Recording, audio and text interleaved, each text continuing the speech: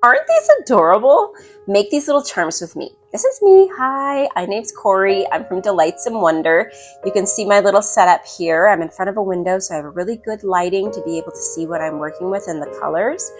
And I'm going to be actually using 4 colors today of clay. The first is a translucent. The second is a tan color. Then I have a warm yellow and a pure white. And I'm speeding up the beginning part of this video, otherwise this video would take forever. It takes a long time to condition your clay.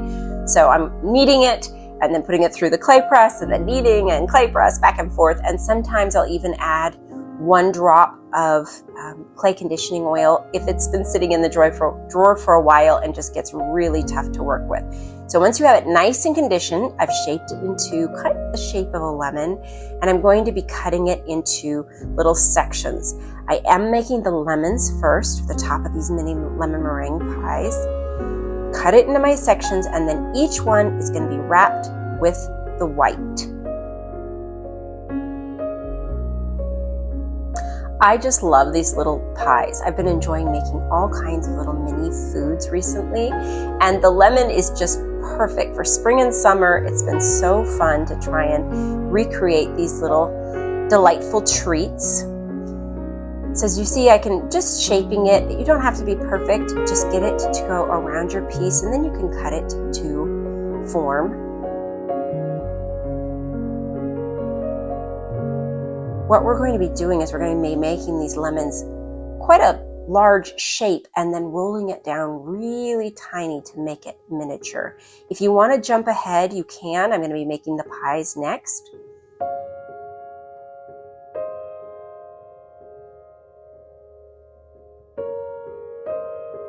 What is your favorite summer treat? Do you love lemon items? I've really been enjoying the sweet tart of the lemons recently. Although I think strawberry shortcake might be my all-time favorite. Oh, that's a hard choice. Maybe I should make that next. If you have an idea of what we should make next, drop it in the comments below. Right now I'm just going to wrap it in the yellow and kind of give it a little bit of texture. I don't want these seams to show, and I didn't cut it quite long enough, so instead I'm being lazy. Instead of re-rolling it, I'm just going to soften it and rub the edges together so there isn't that line, that demarcation. And then I'm going to texture the whole outside with some tinfoil so it has a little bit of rough edging, which will still show up when I roll it really tiny. Although I am going to also use a makeup brush, a spoolie, and that will give it a lot of texture when it's smaller, finer texture.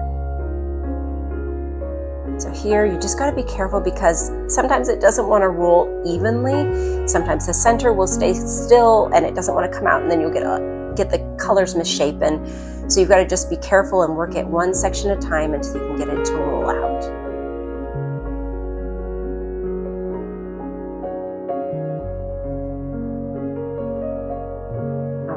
We're getting close. I'm going to cut and test and see how it looks.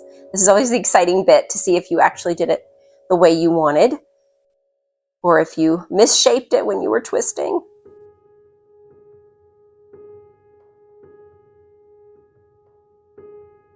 Here we go. You can kind of see that design inside. I used the tinfoil at first on the outside for the larger kind of texture, but then we pull out the spoolie to make it more delicate. All right, I'm going to cut a bunch of these and I'm going to bake it per the oven's instructions. So for my clay, it's 275, I believe, 275 for 15 minutes per 1/4 inch of clay. And each clay has its own oven direction, so just be very careful to make sure you follow that, otherwise you can ruin your project. Here's with the spoolie, just giving it the nice texture and making it look more lifelike, and then also making sure all my lines are shaped correctly. All right, now here I've rolled out this is a mix of tan and the transparent. You want that you want the translucent clay mixed in with the tan clay that we're making the crust for the pie. You want it mixed together so that it gives it a more lifelike appearance. Just cutting it with a simple round cutter and then cutting straight lines for the edge. You can buy cutters for this, but I find it's easy to just do with what I have around the house. Again, I'm going to work on that seam so that it doesn't show. So I will work it with my fingers, and then I'll work it again with the spoolie so that it doesn't show in the final product. Now for the center, I'm mixing translucent with yellow clay, and I'm going to form that for the inside of the lemon meringue. And then we're going to create our shape of our crust.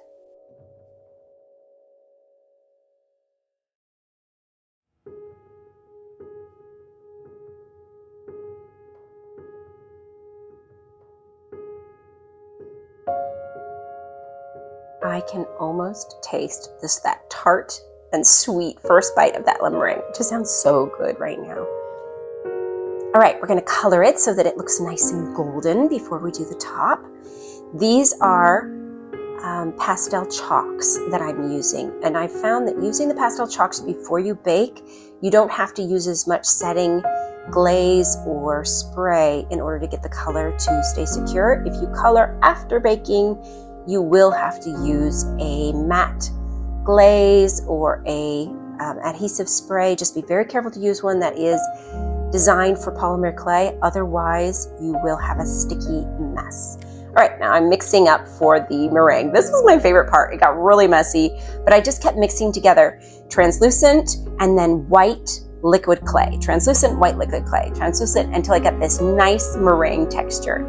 It was a mess, but it was really fun to play with. I'm just making the little loops on the top like you see with meringue.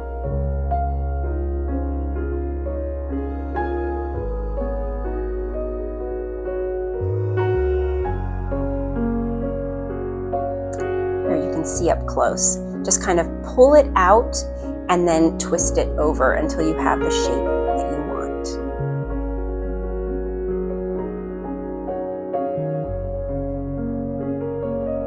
It's looking so delicious.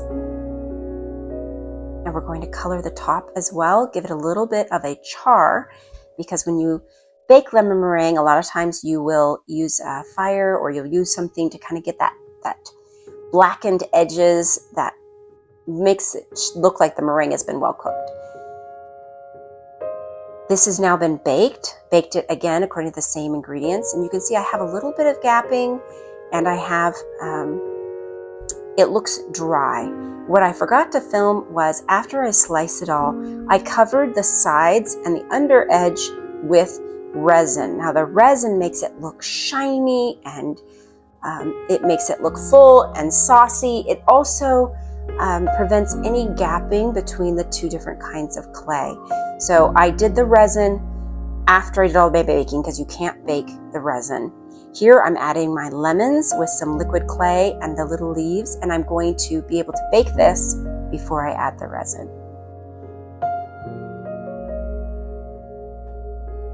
I just cut a little niche or a little notch in the top of the meringue and added my lemons so they'd stay, and used the liquid clay to make it hold in place.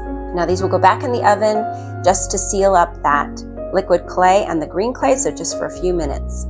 Here we have it before the resin. You can see what they look like. I went ahead and added the resin at this point, and then I cured them with UV light, and here's the final product. Thank you so much for watching. I hope you enjoyed.